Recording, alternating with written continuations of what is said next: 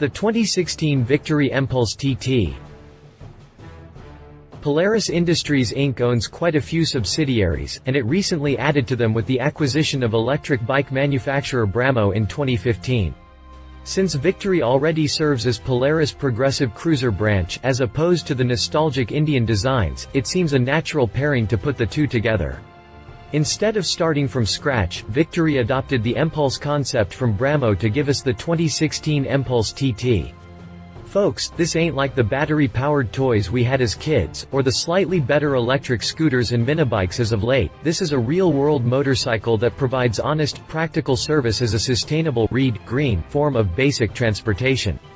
While the technology hasn't advanced enough to make electric bikes as practical as internal combustion bikes, it's coming along, and the roughly 100-mile range of the Empulse TT ain't exactly peanuts either, certainly enough for most daily commutes or weekend romps. Continue reading for my review of the 2016 Victory Empulse TT. Design. The Empulse remains largely unchanged from the original Brammo design, and so it still comes off as a straight-up, naked street bike with lines typical of current Japanese and European street bike models, all up front with a waspish waist and zero junk in the trunk. Rider triangle layout puts the pilot in an aggressive, forward-leaning position that puts the body over the center of mass and in good position to shift the body for carving corners. While the rear end leaves nothing to the imagination, body panels over the lithium-ion battery and drivetrain keep the operative innards a mystery.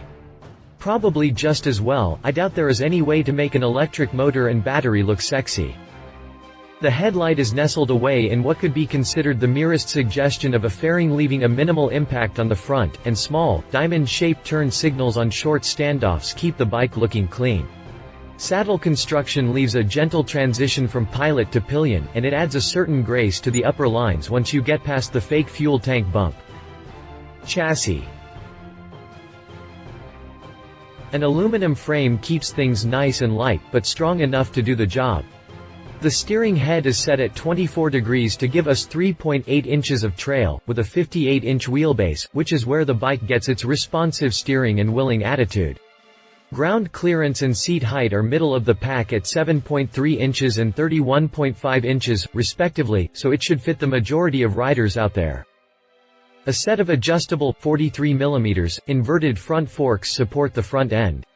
Under Brammo, these would have been Marzocchi forks, but I happen to know that Marzocchi just folded their two-wheel suspension production. Maybe Victory has a new supplier, or maybe it's using up old stock before making a move. Whatever the case, the front forks and rear coil-over monoshock come fully adjustable and easy to access for quick tweaks. Victory wasn't afraid to put some brakes on this ride, and it shows. The factory-through dual, 310mm discs with 4-pot calipers on the front, and a twin-pot caliper on the rear, all from the top-shelf brand, Brammo. It also added a regenerative braking function meant to harness a portion of your kinetic energy during engine braking, and revert it back into electricity so as to waste as little power as possible. There is no ABS available at all for this ride, but I'm okay with that. Drivetrain. The magic that is the drivetrain starts with the Brammo Power lithium-ion battery. This little gem can store 10,400 watt-hours of juice at up to 117.6 volts. Power flows from the battery to the permanent magnet, alternating current (AC) motor, and though the factory touts a range of 100 miles on one full charge, realistic riding conditions and practices actually limit the range to about 85 miles. Good news here is you can charge the battery in a level 2 station in just 3.9 hours, and in a level 1 station in 8.9 hours, so you can quickly recharge while you are at work, or whatever. Peak output from the motor is 54 ponies and the peak torque output is 61 pound-feet, which may seem a little low, but consider that the torque comes on as soon as you crack the throttle. I mean as soon as you roll on, it's there, and that counts for a lot. Unlike some of the other electric street bikes out there, the Empulse uses a 6-speed transmission in the same way a smoker engine does, sort of. Remember the torque behavior I mentioned?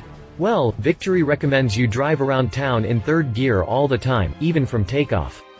I'm sure it helps save power, but that makes it a dog out of the hole.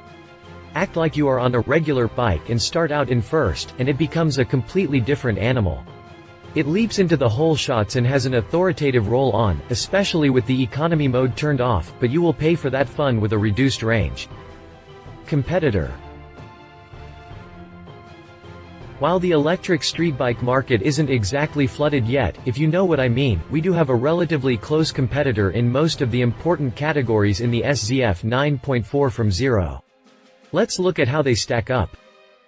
Motor performance leaves little to choose between the two. Zero comes out on top with 54 ponies and 68 pound-feet, and Victory is close behind with the same 54 horsepower, but only 61 pound-feet of torque.